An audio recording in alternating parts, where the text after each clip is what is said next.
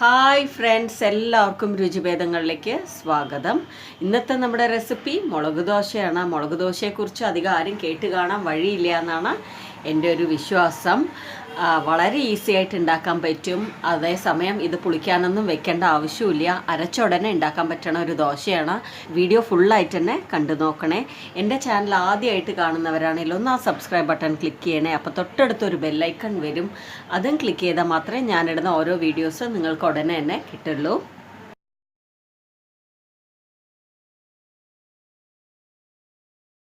മുളക് ദോശയ്ക്ക് ആവശ്യമുള്ള സാധനങ്ങൾ നോക്കാം. പച്ചരി വേണം. പച്ചരി കുതിർക്കാൻ വെക്കണം ഒരു 2-3 മണിക്കൂർ. കൂടെ തന്നെ കപ്പലമുളകും വേണം. ഞാൻ ഇന്ന് കാശ്മീരി ചില്ലിയാണ് എടുത്തിരിക്കുന്നത്. അതാവുമ്പോൾ എരിവ് ഉണ്ടാവില്ലല്ലോ. പിന്നെ വേണ്ടത് ചോറാണ്. നിങ്ങൾക്ക് വേണമെങ്കിൽ നോർമലായിട്ടുള്ള എരിവുള്ള കപ്പലമുളക് പകുതി എടുക്കുക, കാശ്മീരി ചില്ലി പകുതി എടുക്കുക. അപ്പോൾ കളറും കിട്ടും, എരിവും കിട്ടും. പിന്നെ വേണ്ടത് ചെറിയ ഉള്ളിയാണ്. ഒരു മിക്സി ജാറിൽ എല്ലാം കൂടെ ഇട്ടിട്ട് നന്നായിട്ട് അരച്ചെടുക്കണം. എപ്പോഴും നമ്മൾ അരയ്ക്കണ സമയത്ത്, അരി അരയ്ക്കണ സമയത്ത് അധികം വെള്ളമില്ലാതെ വേണം അരയ്ക്കാനായിട്ട്. അല്ലെങ്കിൽ അത് നന്നായിട്ട് അരഞ്ഞു പോവില്ല, വെള്ളം പോലെ ആവുകയും ചെയ്യും. ഇത് ബിഗിനേഴ്സിന് വേണ്ടിയിട്ടാണ് പറയണത്. ഇനി നമുക്ക് നന്നായിട്ട് അരച്ചെടുക്കാം. അങ്ങനെ അരച്ചെടുത്തതാണത്. കണ്ടില്ലേ, നന്നായിട്ട് തരിയൊന്നും ഇല്ലാതെ അരച്ചെടുക്കണം. ഫസ്റ്റ് ബാച്ച് റെഡിയായി കഴിഞ്ഞു. ഇനി നമുക്ക് സെക്കൻഡ് ബാച്ച് അരച്ചെടുക്കാം.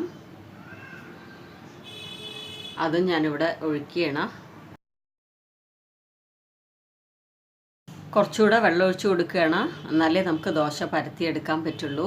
ഒരുപാട് തിക്കാവാനും പാടില്ല, ഒരുപാട് ലൂസാവാനും പാടില്ല. ഏകദേശം നമ്മുടെ ദോശമാവിൻ്റെയൊക്കെ ആ കൺസിസ്റ്റൻസി തന്നെ ഇതിനും വേണം. ഇനി നമുക്ക് ഉപ്പിട്ട് കൊടുക്കാം. ഉപ്പിട്ട ശേഷം വീണ്ടും നന്നായിട്ട് മിക്സ് ചെയ്യാം. ഈ മാവിന് പുളിക്കാൻ വെക്കേണ്ട ആവശ്യമില്ല. അരച്ചുടനെ ഉണ്ടാക്കാൻ പറ്റണ ഒരു ദോശയാണത്. അതുകൊണ്ട് വേഗം തന്നെ ഉണ്ടാക്കിയെടുക്കാൻ പറ്റും. ഒരു കാര്യം മാത്രം ശ്രദ്ധിക്കണം, ഇത് ചൂടോടെ കഴിക്കേണ്ട ദോശയാണ്. ആറിക്കഴിഞ്ഞാൽ നന്നായിരിക്കില്ല. ആ ഒരു കാര്യം മാത്രം എല്ലാവരും ഒന്ന് ശ്രദ്ധിച്ച് അതേപോലെ ചെയ്താൽ മതി. ദോശത്തവ ചൂടായിട്ടുണ്ട്. നമുക്ക് മാവ് ഒഴിച്ച് നന്നായിട്ട് പരത്തിയെടുക്കാം. എത്രത്തോളം തിന്നാക്കി പരത്താൻ പറ്റുമോ അത്രത്തോളം തിന്നാക്കി പരത്തി എടുക്കേണ്ട ഒരു ദോശയാണത്. കുറച്ച് വെളിച്ചെണ്ണ സ്പ്രിങ്കിൾ ചെയ്ത് കൊടുക്കാം.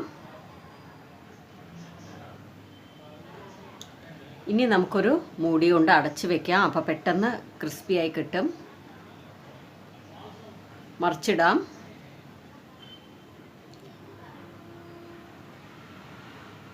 അങ്ങനെ നമ്മുടെ ക്രിസ്പി ആയിട്ടുള്ള മുളക് ദോശ റെഡി ആയിട്ടുണ്ട്.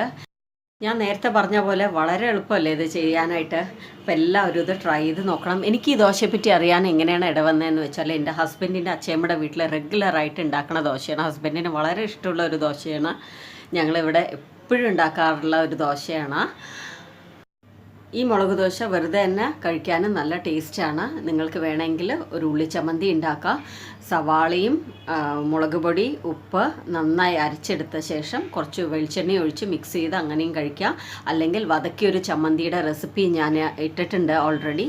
അതും നല്ല മാച്ചാണ്. പിന്നെ നമ്മുടെ ഇഡ്ലിപ്പൊടിയും മാച്ചാണ്. ചട്നി എനിക്ക് അത്ര നന്നായിട്ട് തോന്നിയിട്ടില്ല. അപ്പോൾ എല്ലാവരും ഇത് ട്രൈ ചെയ്ത് നോക്കണം. ട്രൈ ചെയ്ത് മാത്രം പോരാ, അഭിപ്രായങ്ങൾ അറിയിക്കുകയും വേണം. നിങ്ങൾക്ക് ഇഷ്ടമായോ ഇല്ലേ എന്നൊക്കെ പറയുകയും വേണം. പിന്നെ ഒരു കാര്യം, നിങ്ങൾ എൻ്റെ ഏതെങ്കിലും റെസിപ്പീസ് ട്രൈ ചെയ്യുകയാണെങ്കിൽ എൻ്റെ ഇമെയിൽ ഐഡിക്ക് ഒന്ന് പിക്ചർ എടുത്ത് അയച്ചു തരണം. ഞാൻ എൻ്റെ കമ്മ്യൂണിറ്റി ടാബിൽ പോസ്റ്റ് ചെയ്യുന്നതാണ്. അപ്പോൾ എല്ലാവർക്കും ഈ വീഡിയോ ഇഷ്ടമായി കാണുമെന്ന് വിചാരിക്കണോ. നിങ്ങൾക്ക് ഈ വീഡിയോ ഇഷ്ടമായിട്ടുണ്ടെങ്കിൽ ലൈക്ക് ചെയ്യണം, ഷെയർ ചെയ്യണം, കമൻറ്റ് ചെയ്യണം. മറക്കാതെ എൻ്റെ ചാനൽ സബ്സ്ക്രൈബ് ചെയ്യണം. Thank you all.